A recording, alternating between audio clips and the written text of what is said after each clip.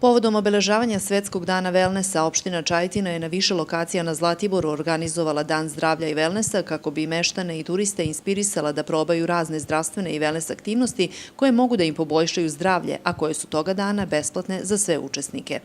Mene raduje što je nizam nekomercijalnih sadržaja danas obeležen ovaj dan, sigurno sam na pravi način, zato što smo imali veliki broj mališana koji su se uključili u ovu akciju i važno je da ne bude samo danas taj Svetski dan zdravlja, već da se trudimo da 365 dana u godini živimo zdravim načinom života i ostaje mi samo da kažem da Zlatibor kaže da zdravom načinom života i globalno velnes dan.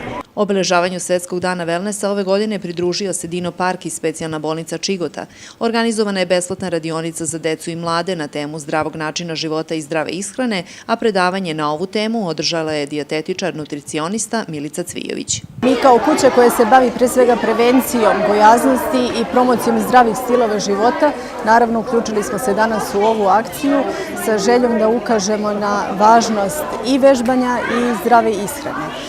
Tako da savjetujemo i ove našoj dečici koje su nas danas posjetila i uopšte svoj populaciji da treba svaki dan vežbati, bar po sat vremena, ako ništa šetajte bar 1 sat dnevno, hranite se zdravo u smislu da se hranite raznovrsno i umereno, to bi bila deviza za zdravu ishranu, ona najkraća i što kažu najtačnija. U programu obeležavanja Svetskog dana velnesa učestvovali su učenici iz Kruševca koji su u okviru rekreativne nastave boravili na Zlatiboru. Akcija obeležavanja velnes dana priključila se i Anela Duraković sa članovima sportskog društva Gluvih iz Užica, koje i ove godine na Zlatiboru organizuje takmičenje u nekoliko sportskih disciplina. Organizujem jubilej 50 godina sportskog društva Užice. Ovdje domaćini Zlatibor imamo futsal, mali, mladi i federali i odbojka i rado.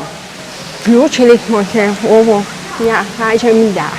Okupljeni mališani nakon vežbanja sa trenerom druženje su nastavili sa animatorom Spidermanom koji ih je zabavio i ovaj dan učinio još lepšim i sadržajnijim.